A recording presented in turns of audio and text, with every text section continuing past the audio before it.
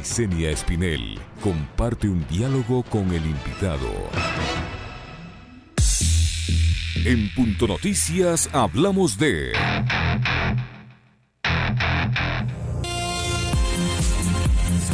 Más de 188,000 estudiantes rindieron la evaluación en busca de un cupo para ingresar a la universidad durante el 17 y 18 de septiembre.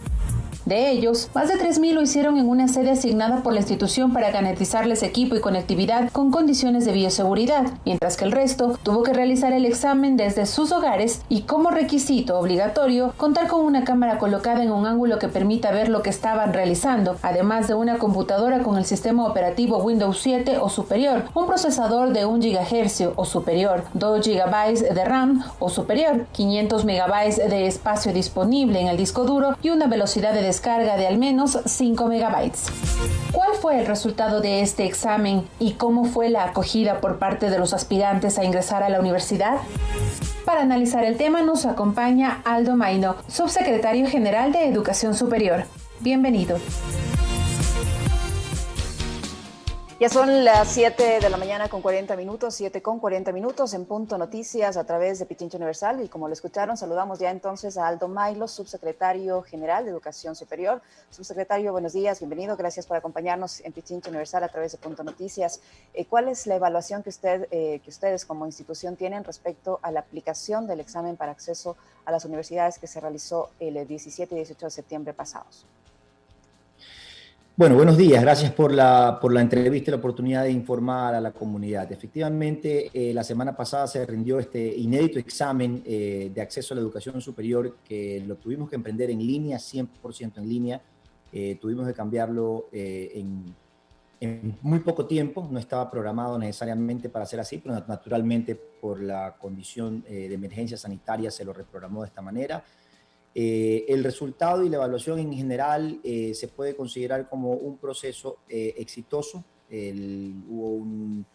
Rindieron la prueba el 84% de los inscritos en su momento, lo cual es un número bastante importante. Y quienes de ellos quienes rindieron la prueba, que son un número muy alto de 156,000 personas, casi 157,000, la gran mayoría pudo culminar el examen y con sus conexiones, claves, accesos y demás sin ningún inconveniente, a pesar de que hubo naturalmente un grupo, como estadísticamente tenía que suceder, un grupo que no pudo necesariamente culminar o hacerlo de la manera apropiada. Ahora, durante todo este proceso, sus equipos se produjeron algunas denuncias de falta de conectividad, de problemas en la plataforma. ¿Qué va a pasar con este grupo de estudiantes que por estos problemas no pudieron concluir con el examen? ¿Se les va a reprogramar una nueva fecha? ¿Está ya previsto cuándo va a ser? En el caso de los estudiantes que no pudieron culminar su examen o no pudieron conectarse, hay distintos mecanismos que estamos utilizando. Hay que diferenciar primero si realmente fue un problema de caso fortuito o fuerza mayor. Le pongo un ejemplo, se puede haber ido la luz en un sector específico. Nosotros tenemos contacto absolutamente con todas las empresas eléctricas del país. En el caso de un reporte, de un apagón, por ejemplo, o algo por el estilo, que eso es un caso fortuito o fuerza mayor, esos exámenes y esos estudiantes han sido reprogramados de manera inmediata, sin ningún inconveniente. Sin embargo, hay otros estudiantes que por razones tecnológicas, no necesariamente de caso fortuito o fuerza mayor, es decir, su computador no necesariamente pudo enlazarse a la plataforma, la velocidad de su procesador no le permitió avanzar a la velocidad adecuada y por ende tuvo problemas al iniciar el examen, etcétera, etcétera. La conexión de internet no fue necesariamente apropiada. Todos aquellos indicadores tecnológicos se los está igualmente reprogramando porque entendemos que problemas pueden haber, a todos nos ha sucedido en algún momento algún inconveniente de esa naturaleza. Sin embargo, a esos chicos o esas chicas se los está reprogramando en sedes presenciales a lo largo y ancho del país para que puedan rendir su examen con plena tranquilidad, transparencia y conexión necesaria con los equipos necesarios para que puedan culminar su prueba, y esta estará reprogramada para el próximo día 30 de septiembre. Es decir, todo dependiendo de los problemas, como usted lo señala, el 30 de septiembre deberán acudir de forma presencial, ya no en línea, a rendir la evaluación? Hay un grupo, sí, hay un grupo de 11, son 11.600 personas que han sido reprogramadas, que realmente es un porcentaje bastante bajo en relación al número de los estudiantes que tomaron el examen, que fueron 156.000 estudiantes. De ellos hay un grupo de jóvenes que son 7.200 de hecho, que han sido reprogramados, que equivalen al 62%, han sido reprogramados en sedes presenciales, justamente para evitar este tipo de inconvenientes que ya sucedieron una vez y que pueden volver a suceder normalmente. Entonces, para que esto no suceda y no se excluyan de este proceso, es importante que accedan y que asistan a una sede presencial, como de hecho ya también se lo hizo en su primer momento. El examen fue ofrecido en sedes presenciales para quienes así lo accedían de manera voluntaria. Hubo un pequeño grupo de 3.500 personas que rindió el examen en sedes presenciales, en más de 200 sedes a nivel nacional. Se buscaron muchísimas sedes para que haya el menor desplazamiento posible y hayan sedes cercanas a las ciudades o pueblos en donde estén todos los estudiantes. Son las 7 de la mañana con 46 minutos, 7 con 46 minutos. Estamos conversando con Aldo Mayno, subsecretario general de Educación Superior. Subsecretario, usted dice que un 80% del global de estudiantes que tenían que cumplir con este requisito rindió este examen. ¿Qué pasó con ese 20%? ¿A qué se atribuye ese faltante de estudiantes que no lo pudo hacer? Bueno, hubo un 16% de ausentismo. Estadísticamente en el examen existe un ausentismo que puede variar normalmente entre el 8 y el 15% o 17%. Es decir, todavía son rangos tolerables y estadísticamente o históricamente que existen. Hay estudiantes que se matriculan, que se inscriben en el examen y finalmente no lo dan. Por distintas razones a veces pasa. En todo caso, cualquier estudiante que así no lo haya hecho siempre fue voluntario, y si no fuese el caso y hemos tomado contacto con él, pues naturalmente podrá ser reprogramado en esta última oportunidad que se está brindando. Ahora, también se dice que se detectaron casos de deshonestidad académica. Finalmente, ¿cuántos casos detectaron y cómo lo hicieron? ¿En qué tipo de irregularidad incurrieron estos estudiantes? Sí, mire, se detectaron realmente pocos casos de plagio o lo que llamamos copia o intentos de copia. Fueron 1.414 casos, si no me equivoco con la cifra exacta. No llega ni al 1%, lo cual de todos modos es representativo, pero ínfimo. Al inicio del examen se declararon varios indicadores y aceptaciones y términos y condiciones del examen, en donde el estudiante tenía que leer, firmar y aceptar las condiciones. Esas condiciones eran, por ejemplo, no recibir asistencia, no informar de las preguntas, no tomar foto, etcétera, etcétera, etcétera. Cumplir en el tiempo adecuado, todo lo que normalmente estaba prescrito para que el examen funcione. Sin embargo, hubo un grupo minúsculo, quiero ser muy preciso, de estudiantes que lamentablemente infringieron algunos de los condicionantes y términos que se suscribieron al inicio de la prueba. Cuando uno infringe uno de esos condicionantes o términos al inicio de la prueba, lamentable y lastimosamente la prueba inmediatamente tiene que ser suprimida. Y así mismo fue. Los estudiantes fueron inmediatamente suprimidos desde el centro de mando. A través de la conexión IP se elimina la conexión del examen y el estudiante no puede continuar con el examen y el examen queda automáticamente suspendido por plagio. ¿Qué pasará luego? ¿Se les va a dar una nueva oportunidad de que rindan un examen con extremando las seguridades para que eso no vuelva a ocurrir? ¿Qué pasará con ellos? No, en esta oportunidad y en esta ocasión ya no habría esa oportunidad. Lo podrán hacer naturalmente en el próximo examen, que es realmente en poco tiempo. Deberíamos estar hablando no está la fecha exacta, pero deberíamos estar hablando de entre enero y máximo febrero podría ser. Yo creo que entre enero debería ser ideal. Pero sí, naturalmente van a tener la oportunidad de darlo. Lo ideal es que nadie se quede fuera del sistema de educación superior. Nuestro objetivo realmente es buscar incluir, no excluir. Sin embargo, cuando no se cumplen los términos y las condiciones pactadas, apropiadas, hay que tomar decisiones y las decisiones tienen responsabilidades y las responsabilidades hay que cumplirlas. ¿Cuándo se va a empezar a notificar a los estudiantes con el puntaje? ¿O ellos, una vez que terminan el examen, ya saben qué puntaje obtuvieron para el ingreso a la universidad? Sí, fíjese, aquí hay dos temas. Los estudiantes inmediatamente saben el número de aciertos que tienen, de manera inmediata, lo pueden imprimir apenas acaban su examen, ¿sí? Los que terminaron con normalidad. Sin embargo, el número de aciertos no es el puntaje del examen. El puntaje del examen es un puntaje sobre 1000, y este número de aciertos, obviamente el puntaje se calcula con el número de aciertos, pero el número de aciertos tiene pesos específicos. Es decir, no quien tiene más número de aciertos necesariamente tiene mejor nota. Normalmente y por sentido común así es. Pero puede darse el caso de que hay un estudiante con uno que otro menor número de aciertos y que termine sacando mejor calificación que otro. Y le explico muy brevemente por qué. Y es que las preguntas tienen distintos pesos. Hay preguntas de menor complejidad, que valen menos puntos, preguntas de mayor o de intermedia complejidad o de mayor complejidad.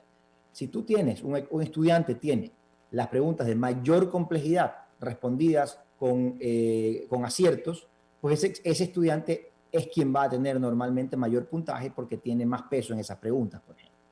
Y asimismo, un estudiante que históricamente, por trayectoria académica en su colegio, se haya graduado con muy buenas calificaciones, va a tener el 40% que pesa la nota, viene arrastrando ya esa trayectoria académica de ese 40%, con muy buenas calificaciones y al momento de computarlo con el número de aciertos va a tener una muy buena puntuación.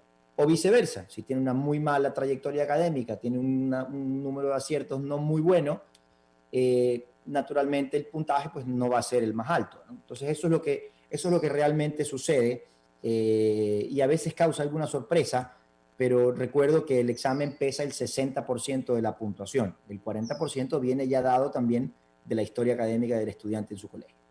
¿Tienen ya un promedio de cuál es el puntaje general que han sacado los estudiantes o quién tiene el mejor puntaje? ¿Y han realizado este ejercicio para saber cómo están los estudiantes? No, todavía no. Estamos esperando la reprogramación para poder hacer una sola evaluación y una sola corrida de calificaciones con todos los exámenes reprogramados. Y Dios mediante, yo calculo que en los próximos una semana o 10 días deberíamos estar ya con los puntajes.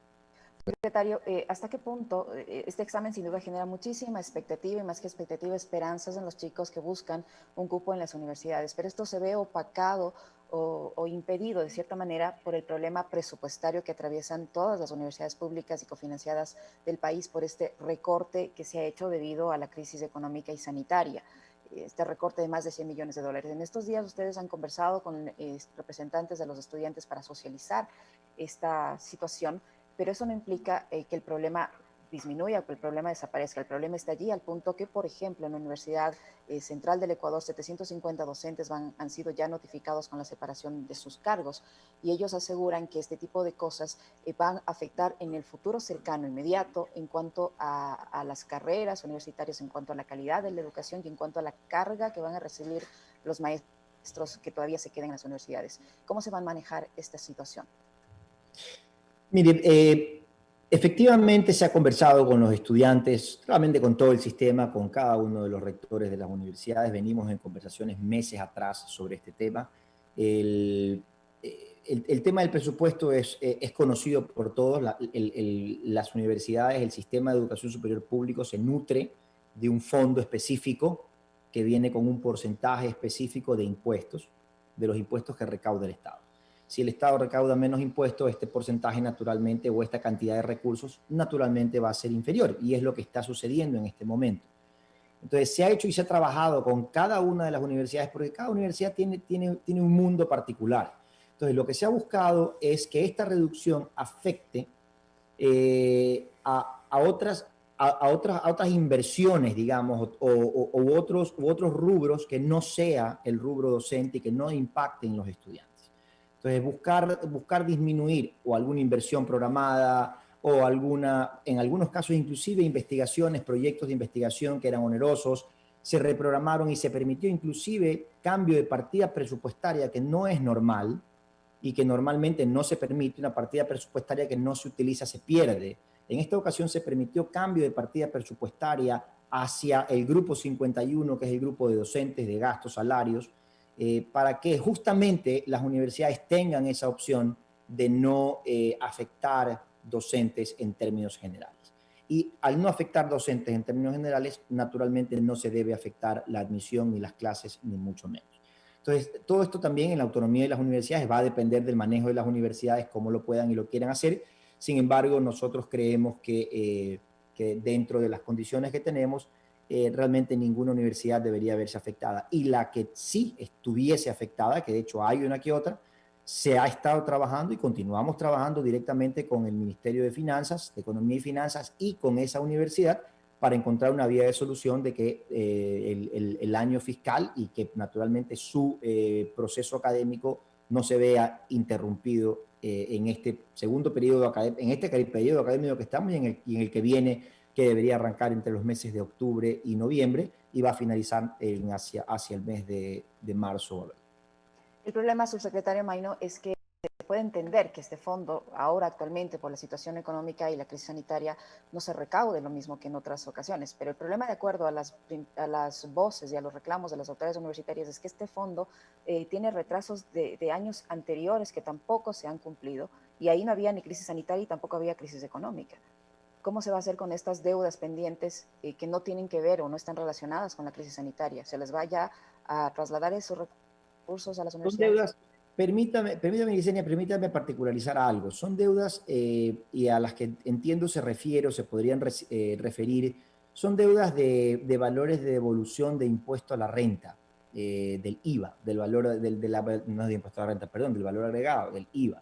Cuando una institución compra, por ejemplo, un bien inmueble y paga un IVA, el Estado por ley debe devolverle ese IVA. Es decir, compró algo en 100, le facturaron $12 por IVA, pagó la universidad esos $12 por IVA y el Estado debe devolverle los $12. Esa es más o menos la figura. Naturalmente en $12 suena poquito, pero cuando son muchas transacciones suelen ser miles de dólares, digamos, ¿no? Centenas, a veces millones. Entonces, efectivamente ese es el rubro en el que hay un atraso y viene de años anteriores.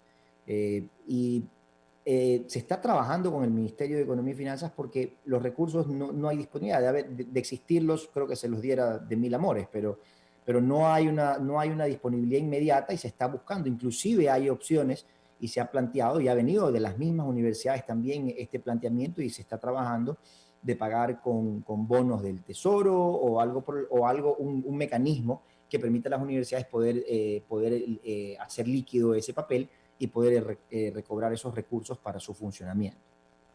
Subsecretario, para finalizar, sé que tiene otro compromiso, pero rápidamente le pido, ¿qué decisión hay respecto al retorno presencial a las aulas en las universidades del país? ¿Cómo está este tema? Bien, gracias. Sí, brevemente, el retorno presencial, ya hay varias instituciones de educación superior que han presentado sus planes y protocolos piloto de retorno. La idea es iniciar con un grupo mínimo o muy reducido de instituciones que puedan ir poniendo en práctica, se pueda ir un poco aprendiendo también de lo que se está iniciando. Estas instituciones deberán naturalmente pedir autorización a sus COEs cantonales, que son hoy en día los que estarían autorizados.